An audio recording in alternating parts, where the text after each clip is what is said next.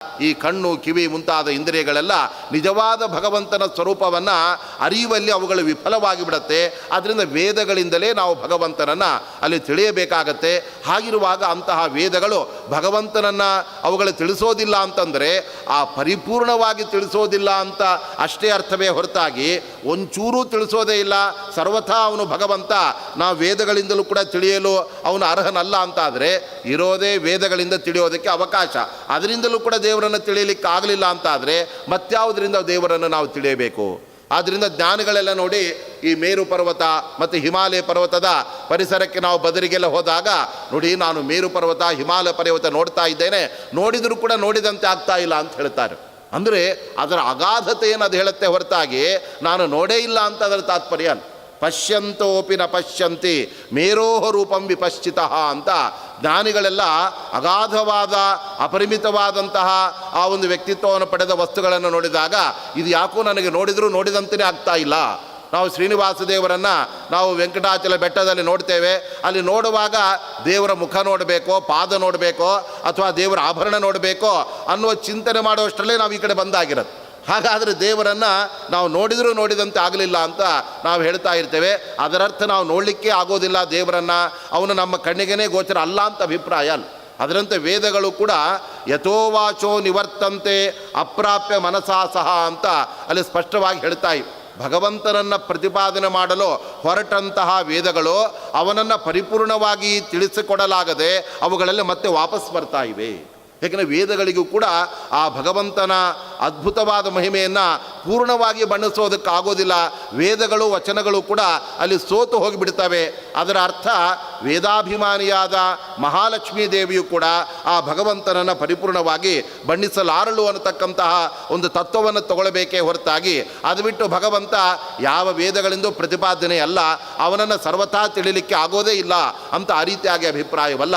ಈ ದೃಷ್ಟಿಯಿಂದ ಮುಖ್ಯವಾಗಿ ಅದ್ವೈತ ಸಿದ್ಧಾಂತ ಯಾವ ಶಬ್ದಗಳಿಂದಲೂ ಕೂಡ ಭಗವಂತ ಪ್ರತಿಪಾದ್ಯನಲ್ಲ, ವಾಚ್ಯನಲ್ಲ ಅನ್ನತಕ್ಕಂತಹ ಅಂಶವನ್ನು ನೇರವಾಗಿ ನಿರಾಕರಣೆ ಮಾಡ್ತಾ ಸರ್ವ ಶಬ್ದಗಳಿಂದಲೂ ಕೂಡ ಭಗವಂತ ವಾಚ್ಯನಾಗಿದ್ದಾನೆ ಎಂಬುದನ್ನು ವೇದವ್ಯಾಸ ದೇವರೇ ನಿರ್ಣಯ ಮಾಡಿಬಿಟ್ಟಿದ್ದಾರೆ.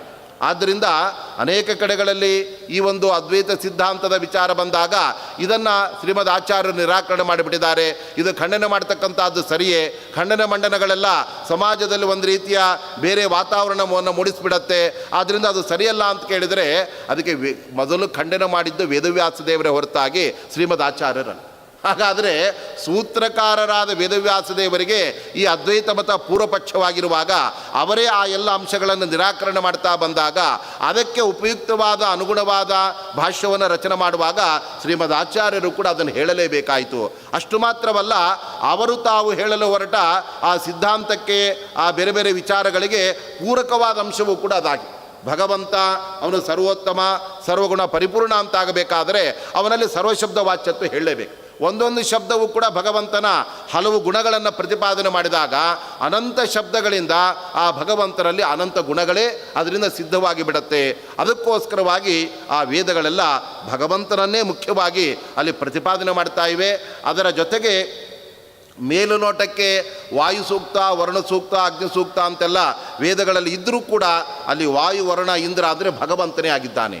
ಯಾಕೆಂದರೆ ವರುಣ ಅಂದರೆ ಆವೃಣೋತೀತಿ ವರುಣ, ಈ ಎಲ್ಲ ಜಗತ್ತನ್ನು ತನ್ನ ಮಾಯಾಶಕ್ತಿಯಿಂದ ಆವರಿಸುವಂತೆ ಮಾಡಿ ಭಗವಂತ ಯಾರಿಗೆ ಅಜ್ಞಾನ ಬರಬೇಕೋ, ಯಾರಿಗೆ ಜ್ಞಾನ ಬರಬೇಕೋ ಅದೆಲ್ಲ ತನ್ನ ಇಚ್ಛೆಯಂತೆ ಭಗವಂತ ಅಲ್ಲಿ ನಡ್ಕೊಳ್ತಾನಾದ್ದರಿಂದ.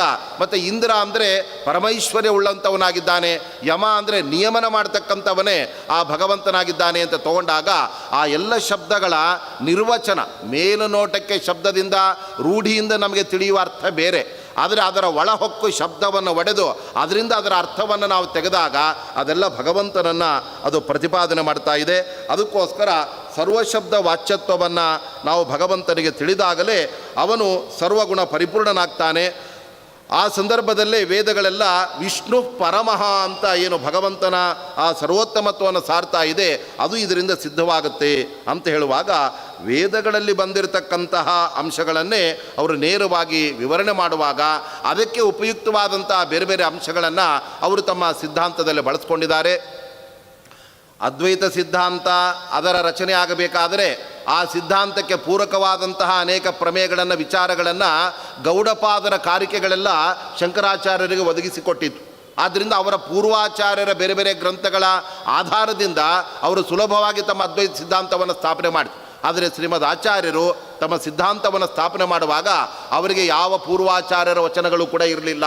ಅವರೇ ನೇರವಾಗಿ ವೇದವ್ಯಾಸದೇವರ ಸಮಗ್ರ ವಾಂಗ್ಮಯವನ್ನು ಆಧಾರವಾಗಿಟ್ಟುಕೊಂಡು ಬ್ರಹ್ಮಸೂತ್ರಗಳಲ್ಲಿ ಏನಿದೆ, ಅನಂತರದಲ್ಲಿ ವೇದೋಪನಿಷತ್ತುಗಳೇನು ಹೇಳ್ತಾ ಇವೆ, ಇದರ ಜೊತೆಗೆ ಮಹಾಭಾರತ, ಭಾಗವತ ಅದೆಲ್ಲ ವೇದವ್ಯಾಸದೇವರ ರಚನೆಯೇ. ಹಾಗಿರುವಾಗ ಅವರ ಇತರ ಗ್ರಂಥಗಳಿಗೂ ಮತ್ತು ಬ್ರಹ್ಮಸೂತ್ರಗಳಿಗೂ ಕೂಡ ಆನುಗುಣ್ಯವನ್ನು, ಏಕತೆಯನ್ನು ನಾವು ಹೇಗೆ ಕಾಣಬೇಕು, ಇದೆಲ್ಲವನ್ನು ಮಾಡಬೇಕಾದ ಒಂದು ದೊಡ್ಡ ಹೊಣೆಗಾರಿಕೆ ಶ್ರೀಮದ್ ಆಚಾರ್ಯರ ಮೇಲೆ ಇತ್ತು. ವೇದವ್ಯಾಸದೇವರು ವೇದಗಳಿಗೆ, ಸೂತ್ರಗಳಿಗೆ ಏಕರೂಪತೆಯನ್ನು ತೋರಿಸುವ ಕೆಲಸವನ್ನು ಮಾಡಿ ಬ್ರಹ್ಮಸೂತ್ರ ರಚನೆ ಮಾಡಿಬಿಟ್ರು. ಆದರೆ ಆ ಬ್ರಹ್ಮಸೂತ್ರಗಳಲ್ಲೇ ಆ ರಚನೆಗೊಂಡ ಅದಕ್ಕೆ ಭಾಷ್ಯಗಳೇನಿದೆ ಅವುಗಳಲ್ಲಿ ಪರಸ್ಪರ ಗೊಂದಲ. ಒಬ್ಬರು ಬ್ರಹ್ಮಸೂತ್ರಗಳಿಗೆ ಅಭೇದದಲ್ಲಿ ತಾತ್ಪರ್ಯ ಅಂದರೆ, ಮತ್ತೆ ಕೆಲವರು ಭೇದದಲ್ಲಿ ತಾತ್ಪರ್ಯ ಅಂದರು, ಮತ್ತೆ ಕೆಲವರು ಬೇರೆ ಬೇರೆ ಹೇಳ್ತಾ ಬಂದರು. ಹಾಗಾದರೆ ಸೂತ್ರಗಳಿಗೆ ನಿಜವಾದ ಆಂತರ್ಯ ಯಾವುದು ಅನ್ನೋದು ನಿರ್ಣಯವಾಗಬೇಕಾದಂತಹ ಒಂದು ಕೆಲಸವಾಗಿತ್ತು. ಅನಂತರದಲ್ಲಿ ಆ ಸೂತ್ರಗಳು ವೇದ ಮತ್ತು ಉಪನಿಷತ್ತುಗಳ ಸಮಾನ ವಿಚಾರಗಳನ್ನು ಹೇಳ್ತಾ ಇದೆ ಅನ್ನೋದನ್ನು ಕೂಡ ಅವರು ನಿರ್ಣಯ ಮಾಡಬೇಕಾಗಿತ್ತು. ಇದರ ಜೊತೆಗೆ ಬ್ರಹ್ಮಸೂತ್ರಗಳನ್ನು ರಚನೆ ಮಾಡಿದ ವೇದವ್ಯಾಸದೇವರೇ ಅವರೇನು ಭಾಗವತ, ಭಾರತ ಗ್ರಂಥಗಳನ್ನು ರಚನೆ ಮಾಡಿದ್ದಾರೆ, ಅಲ್ಲಿ ಪರಸ್ಪರ ವಿರೋಧ ಬಾರದಂತೆ ಅವುಗಳನ್ನು ಅರ್ಥೈಸಬೇಕಾದಂತಹ ಅನೇಕ ಜವಾಬ್ದಾರಿಗಳಿದ್ದಾಗ ಆ ಎಲ್ಲವನ್ನು ಕೂಡ ತಮ್ಮ ಮೇಲೆ ಹಾಕಿಕೊಂಡು ಶ್ರೀಮದಾಚಾರ್ಯರು ಸಮಗ್ರ ವೇದವ್ಯಾಸದೇವರ ವಾಂಗ್ಮಯವನ್ನೇ ಆಧಾರವಾಗಿಟ್ಟುಕೊಂಡು ಅವರು ಈ ಸಿದ್ಧಾಂತವನ್ನು ರಚನೆ ಮಾಡಿ, ಆ ಸಂದರ್ಭದಲ್ಲಿ ಎಲ್ಲೂ ಕೂಡ ದುರ್ಬಲವಾದ ಪ್ರಮಾಣಗಳನ್ನು ಬಳಸದೆ, ಅನಂತರದಲ್ಲಿ ತಮ್ಮ ತಲೆಯಲ್ಲಿ ತುಂಬಿಕೊಂಡ ಪ್ರಮೇಯಗಳನ್ನು ಅದು ವೇದಕ್ಕೆ ವಿರುದ್ಧವಾಗಿದ್ದರೂ ಕೂಡ ಅದನ್ನು ಅಲ್ಲಿ ಹೇಳಬೇಕು ಅನ್ನತಕ್ಕಂತಹ ಒಂದು ಆಗ್ರಹಕ್ಕೆ ಒಳಗಾಗದೆ ನೇರವಾಗಿ ಸೂತ್ರ ಏನು ಹೇಳುತ್ತೆ ಅದನ್ನು ಅವರು ತಿಳಿಸಿದ್ದಾರೆ. ಆದ್ದರಿಂದ ಬ್ರಹ್ಮಸೂತ್ರಕ್ಕೆ ಭಾಷ್ಯವನ್ನು ಬರೆಯುವಾಗ ಆರಂಭದಲ್ಲೇ ಶ್ರೀಮದ್ ಆಚಾರ್ಯರು ಹೇಳ್ತಾರೆ, ಸೂತ್ರಾರ್ಥ ಉಚ್ಯತೆ ಅಂತಾರೆ. ನಾನು ಸೂತ್ರಗಳಿಂದ ನೇರವಾಗಿ ಹೊರಹೊಮ್ಮೋ ಯಾವ ಅರ್ಥ ಇದೆ ಅದನ್ನು ಹೇಳ್ತೇನೆ ಅಷ್ಟೇ ಹೊರತಾಗಿ ಸೂತ್ರಗಳಲ್ಲಿ ಇಲ್ಲದೇ ಇದ್ದರೂ ನನಗೆ ಅದು ಅಪೇಕ್ಷಿತವಾಗಿದೆ, ಅದಕ್ಕೋಸ್ಕರ ಅದನ್ನು ನಾನು ಹೇಳಲಿಕ್ಕೆ ಹೊರಟುತ್ತೇನೆ ಅನ್ನುವ ಅಭಿಪ್ರಾಯ ಬರದಂತೆ ನೇರ ಸೂತ್ರಗಳ ಅಭಿಪ್ರಾಯವನ್ನು ನಾನಿಲ್ಲಿ ಮಂಡಿಸ್ತಾ ಇದ್ದೇನೆ.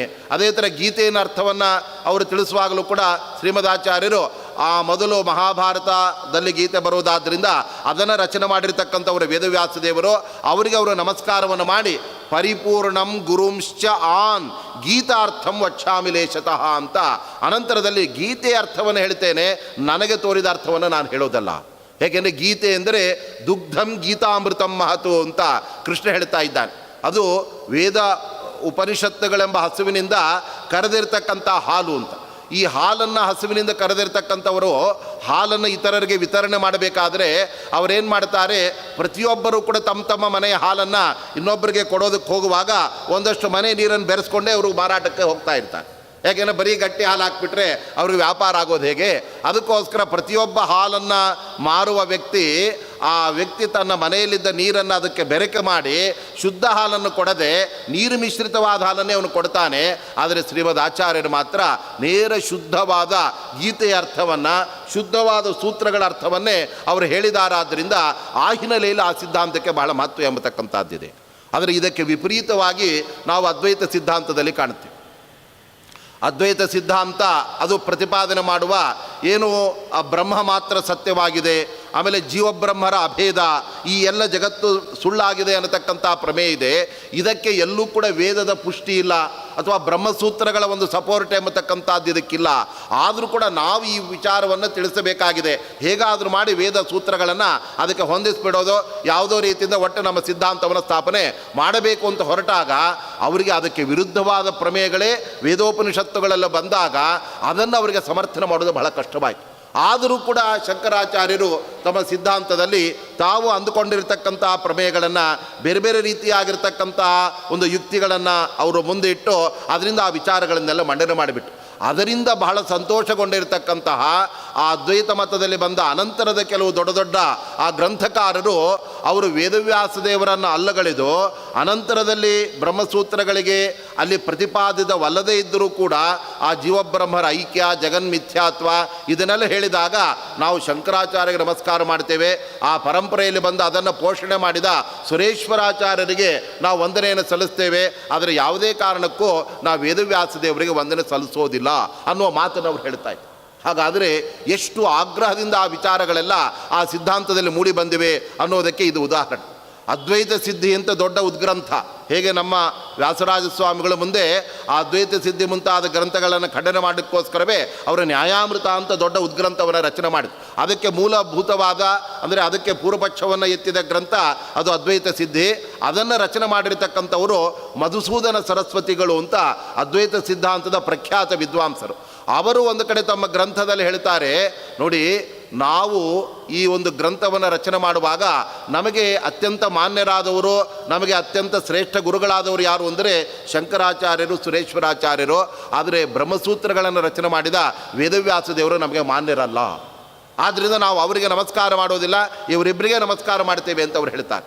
ಯಾಕೆ ಅಂದರೆ ಅವರ ಬಾಯಲ್ಲಿ ಕೇಳಿ, ನಸ್ತೌಮ್ಯಹಂ ವ್ಯಾಸಂ ಅಶೇಷಮರ್ಥಂ ಸಮ್ಯಕ್ ನ ಸೂತ್ರೈ ನಿಬಬಂಧಯೋರ್ಥಂ ವಿನಾಪಿತೈ ಸಂಗೃಹೀತಾಖಿಲಾರ್ಥಂ ತಂ ಶಂಕರಂ ನವಮಿ ಸುರೇಶ್ವರಂಚ ಅಂತ ಮಧುಸೂದನ ಸರಸ್ವತಿಗಳು ಅವ್ರು ಹೇಳ್ತಕ್ಕಂಥ ಮಾತು.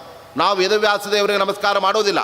ನೋಡಿದರೆ ವೇದವ್ಯಾಸ ದೇವರ ಬ್ರಹ್ಮಸೂತ್ರವನ್ನು ಇಟ್ಕೊಂಡೇ ಅವರು ಸಿದ್ಧಾಂತ ಸ್ಥಾಪನೆ ಮಾಡ್ತಾ ಇದ್ದಾರೆ. ಹಾಗಾದರೆ ಬ್ರಹ್ಮಸೂತ್ರಗಳಿಗೆ ಅದನ್ನು ರಚನೆ ಮಾಡಿದ ವೇದವ್ಯಾಸ ದೇವರಿಗೆ ನಿಮಗೆ ಇಷ್ಟ ಇದ್ದರೂ ಇಲ್ಲದೇ ಇದ್ದರೂ ಕೂಡ ಅವರಿಗೆ ನೀವು ಮಾನ್ಯತೆ ಕೊಡಲೇಬೇಕು, ಅವರಿಗೆ ನಮಸ್ಕಾರ ಮಾಡಲೇಬೇಕು. ಇಲ್ಲ ಅಂತಾದರೆ ಸೂತ್ರಕಾರರಿಗೆ ನೀವು ಮಾನ್ಯತೆ ಕೊಡದೇ ಇದ್ದಾಗ ನಿಮಗೆ ಭಾಷ್ಯಕಾರರು ಅಂತ ಉಳಿದವರು ಹೇಗೆ ಮಾನ್ಯತೆ ಕೊಡ್ತಾರೆ?